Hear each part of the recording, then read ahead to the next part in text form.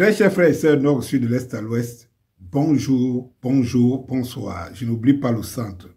J'aimerais, avant ce que je vous ai promis au titre, je vous ai dit ce que les médias ne vous ont pas montré, ne vous montreront pas et ne commenteront pas. Et je voudrais très bien que les uns et les autres viennent me démentir après. Mais avant ça, suivez d'abord cet élément. La position française qui consiste à dire que Israël a le droit d'assurer sa sécurité parce qu'à ce compte-là, il n'y a pas que la France. À ce compte-là, il aurait fallu. Vous me posez la question sur la France. Là, je viens de voir que la Finlande condamne. Hein. À ce compte-là, il aurait fallu, au moment où M. Poutine a attaqué l'Ukraine parce qu'il estimait que le fait de risquer d'avoir l'OTAN aux frontières de l'Ukraine était un danger, il aurait fallu dire que M. Poutine avait raison puisqu'il assure sa sécurité. Vous voyez bien que ça aurait été faux. C'est la même raison. Il faut arrêter, quoi. Ce que vous venez de suivre, c'est ce que tout le monde, il faut être fou pour ne pas arriver à cette conclusion. Pourquoi du côté de la Russie, vous lui demandez le droit international? Vous dites même que l'Ukraine a le droit d'entrer même à l'OTAN et partout. L'Ukraine est un pays souverain.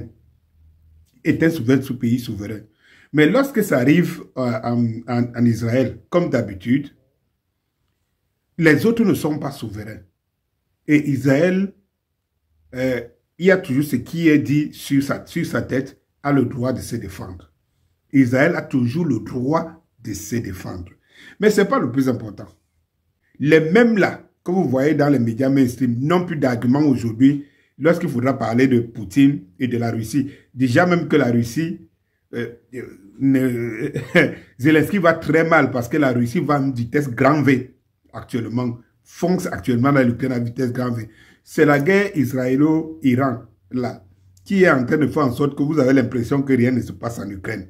Effectivement, Zelensky est malade. Maintenant, quel est le narratif que les Occidentaux vont encore donner par rapport à la Russie? Quel est le narratif? Bon, maintenant, voilà l'élément que je vous ai réservé. Je dois dire que s'il y a une réelle inquiétude, car l'ampleur, la violence des frappes, bien sûr, n'a rien à voir avec ce qu'ont connu les Israéliens auparavant, n'a rien à voir avec les roquettes du Hamas ou même les missiles du Hezbollah, c'est bien plus puissant, ça fait beaucoup plus de morts. Malgré cela, il n'y a pas de réel sentiment de panique ici, car le bouclier antimissile fonctionne, certes pas à 100%, mais il fonctionne. Frères et sœurs, regardez ça, ces petits détails-là. Comment tout se passe bien avec le dôme de fer.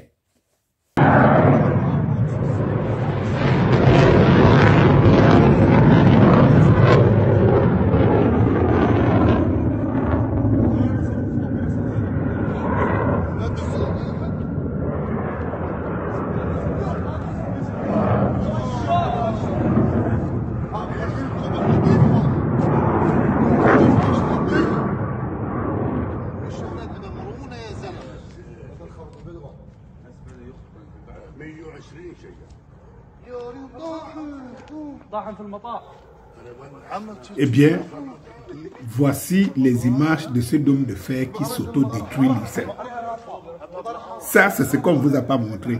Ça, c'est que vous ne pouviez voir nulle part. Le dôme de fer s'auto-détruit lui-même.